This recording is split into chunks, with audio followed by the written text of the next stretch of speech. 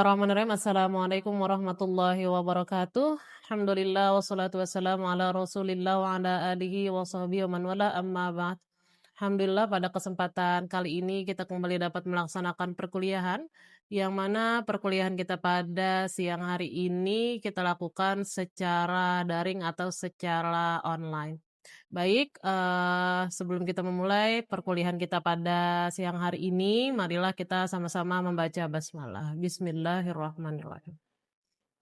Baik, Ibu sudah ada mengirimkan di grup kelas, via WhatsApp grup itu Ibu kirimkan, Google Form untuk kalian mengisi absensi pada hari ini.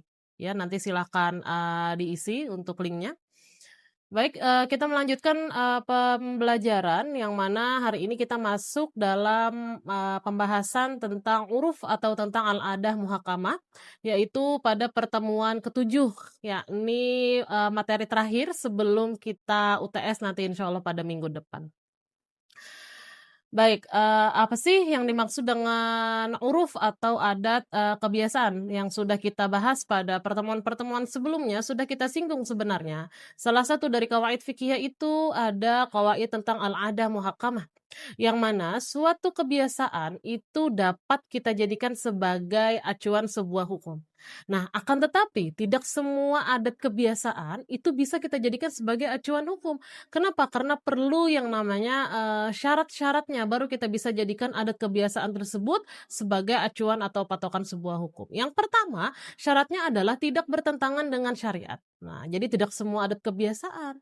Contoh kebiasaan Bu di, kampung itu ketika orang, walimahan, itu pestanya pasti dangdutan dan laki-laki dan perempuan itu campur dan tidak menutup aurat. Nah, itu nggak bisa kita jadikan sebagai adat kebiasaan atau al-'adah muhakkamah ini. Yang kedua, tidak menyebabkan mafsadah atau menimbulkan berdampak kepada hal yang buruk. Nah, kemudian yang ketiga itu sudah berlaku secara umum, bukan hanya berlaku secara individual, ya.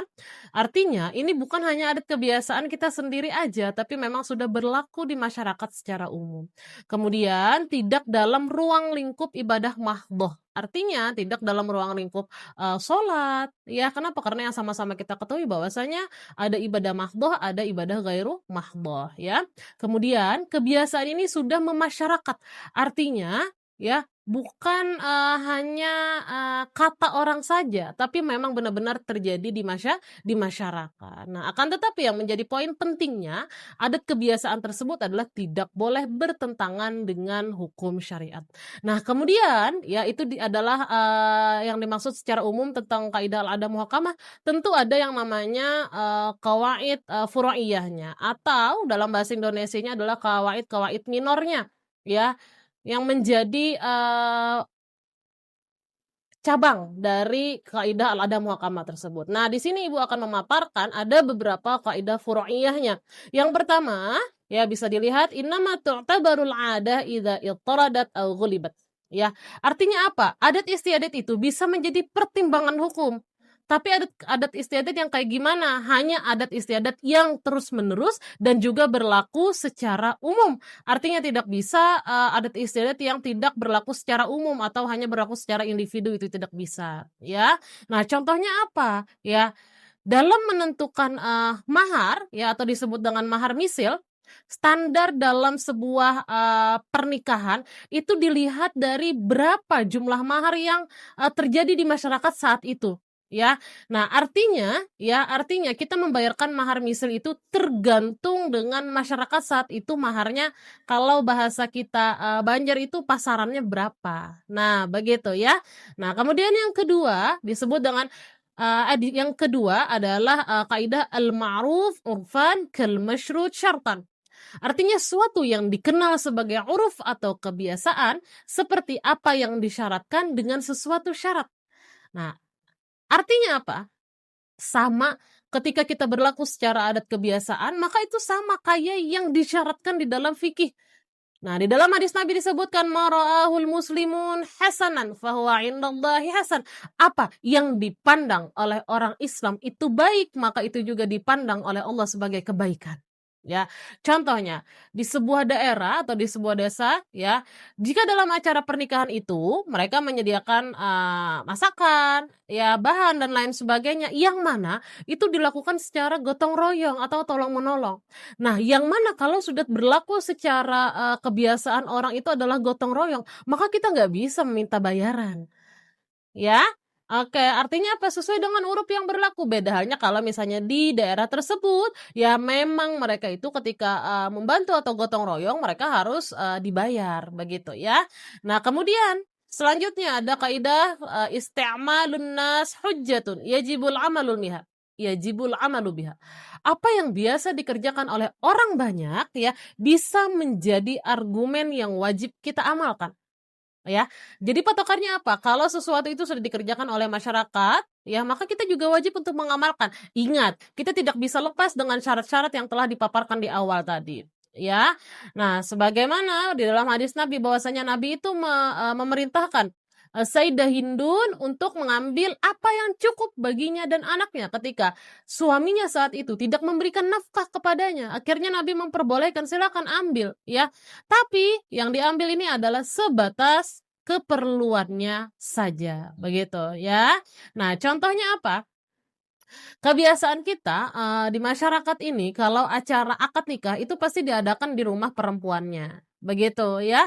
Walaupun bahasanya yang memberikan mahar itu adalah laki-laki, tapi tetap yang berlaku di masyarakat isti'malun nas, yang biasa dilakukan oleh masyarakat adalah pelaksanaannya di tempat perempuan, begitu ya. Nah, kemudian yang terakhir adalah kaidah tentang al-haqiqah tutraku bidalalatil 'adah.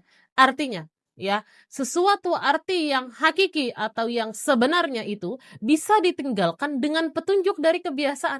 Sebenarnya ya, sudah ada nih, apa namanya, dalilnya, tapi dikarenakan ada indikator lain dari adat kebiasaan, maka dia bisa makna yang hakikat itu atau makna yang sebenarnya itu ditinggalkan. Nah, sebagai contoh, di Kalimantan, ya di Kalimantan itu sering memakai istilah kata dalam jual beli itu tukar dan jual, ya atau disebut dengan ijab dan qabul, ya.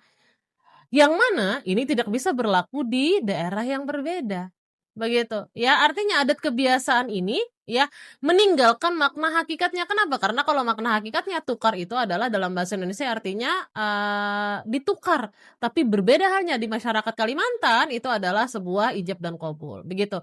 Nah kemudian misalnya kita memakai, jasa kita ikut, ke toilet umum misalnya, itu tidak ada istilah takarannya harus berapa, menggunakan airnya berapa, tapi kebiasaannya kita bayar di sana 2.000 misalnya. Nah, artinya tidak mesti harus, sesuai dengan, apa namanya, peraturan, jual beli atau pakai jasa itu berapa, tapi tetap melihat dengan adat kebiasaan. Tapi perlu diingat bahwasanya selama tidak bertentangan dengan hukum syariat. Nah, sekian dari apa yang, Ibu paparkan hari ini.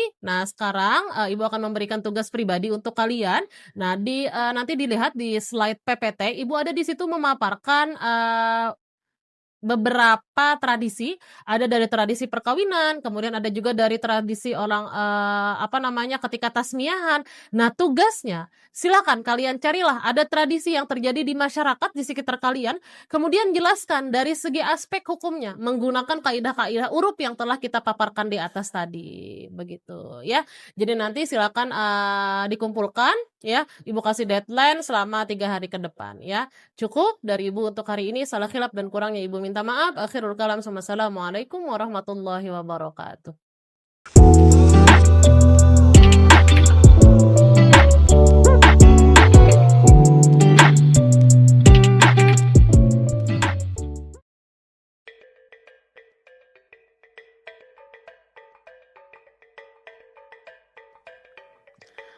Dari video ini, maka kita akan melihat pengaplikasian langsung dari salah satu kaidah yang telah kita bahas, yang memiliki keterkaitan dengan uruf atau adat kebiasaan.